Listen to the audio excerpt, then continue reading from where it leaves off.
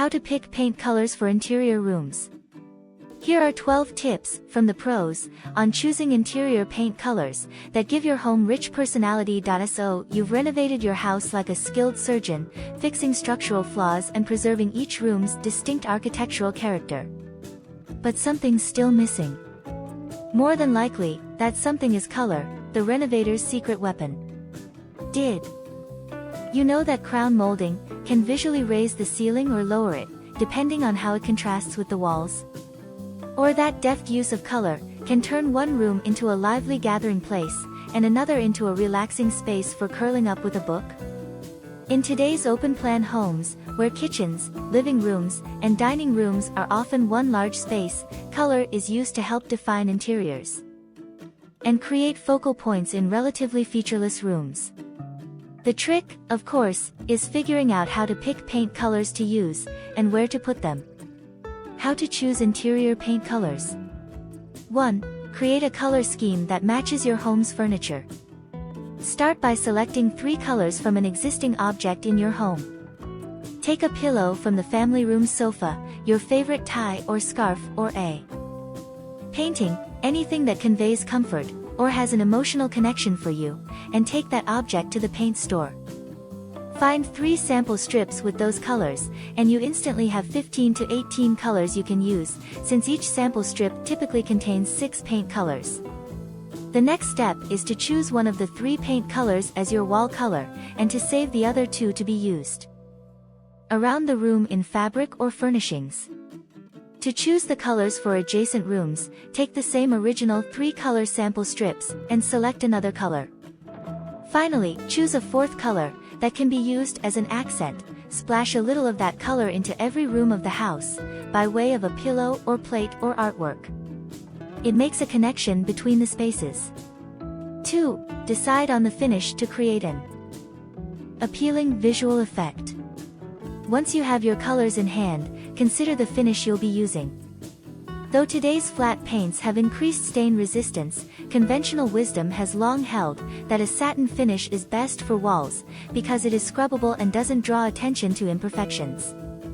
Semi-gloss and high-gloss finishes, it was thought, were best left to the trim, where they could accent the curves of a molding profile or the panels of a door. Today, however, finishes are also being used to create visual effects on the entire wall. Paint one wall in a flat or satin finish, and the adjacent wall in a semi-gloss, both in the same color. Similarly, you can paint the walls flat, and the ceiling semi-gloss to achieve a matte and sheen contrast. Keep in mind that, the higher the gloss, the more sheen and the more attention you draw to the surface. Used strategically, color and gloss together can emphasize your interior's best assets. 3. Match the color to the feeling you want in the room. The psychology of color is a minor obsession among paint professionals.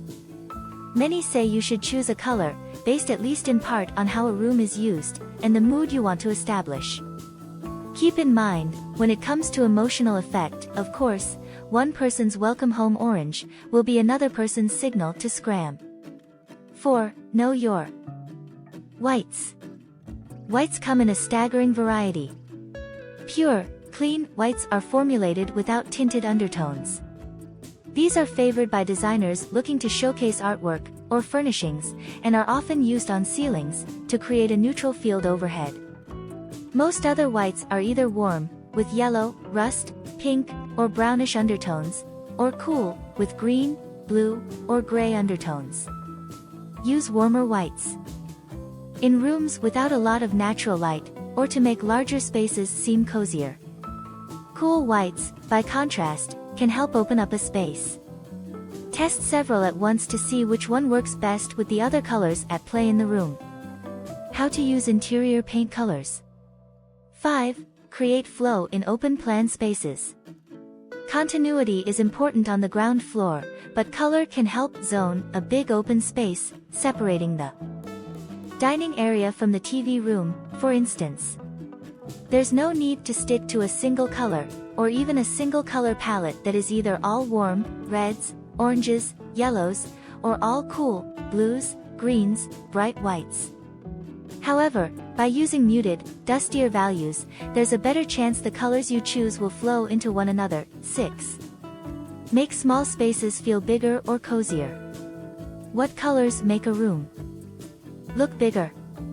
Generally, crisp whites can make a space feel bigger and more open, while warm colors create a sense of intimacy.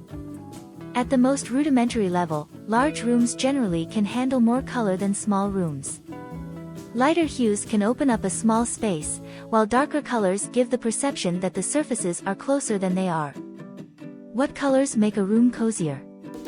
Of course, some small spaces don't need to feel big. If you're aiming to create a welcoming or cozy atmosphere in a foyer, study, or library, for example, hunter green or rust may serve you better than pale peach or celery. 7. Using color architecturally. One of the most effective ways to use color to transform a room is to play up its architectural features. Molding, mantels, built-in bookcases, arched doorways, wainscot, windows, and doors all offer an opportunity to add another layer of interest to colored walls. Painting, molding, and doorways. For subtle emphasis, painting molding or doorways, just one step lighter or darker than the primary wall. It's a subtle shift in color, but it really brings your eye to the detail. Painting a metallic glaze right on top of an existing painted element, like a ceiling medallion, is another way to draw attention. A copper or bronze finish is very translucent and it gives a nice shimmer that enhances the architectural feature. 8. Exploring using two different colors in the same room. For a bolder approach, try using two different colors in the same room. For example, paint a built-in bookcase or niche a shade of green in a room with blue walls, which will highlight the items on the bookcase, or inside the recessed area. Of course, architectural elements can also provide continuity throughout a house, if they are painted the same color in every room. Starting in the Federal period and continuing today, white and off-white have been the traditional choice for molding, windows, and doors. 9. Create contrast in rooms with wainscoting. A room containing wainscot provides a good opportunity for a contrast between light and dark. A dark wainscot below a bright wall will draw attention to the upper walls, while a bright white wainscot next to a colored wall will focus the eye on the wainscot. You can also use paint to create the effect of wainscot, where it doesn't exist, by covering the bottom third of the wall in one color, and the upper walls in another, then place a piece of flat molding along the intersection, and